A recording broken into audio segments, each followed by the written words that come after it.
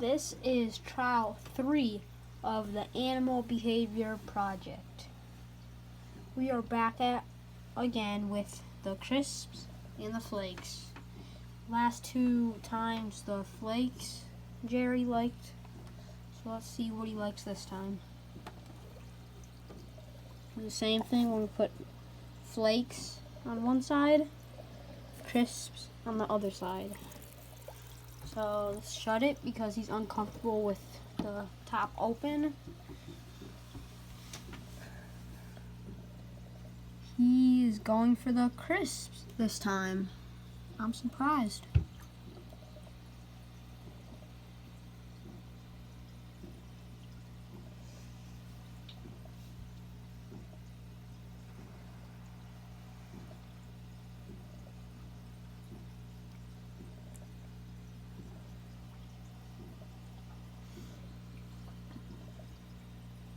So probably he likes the flakes more because he ate both of them 2 rounds in a row.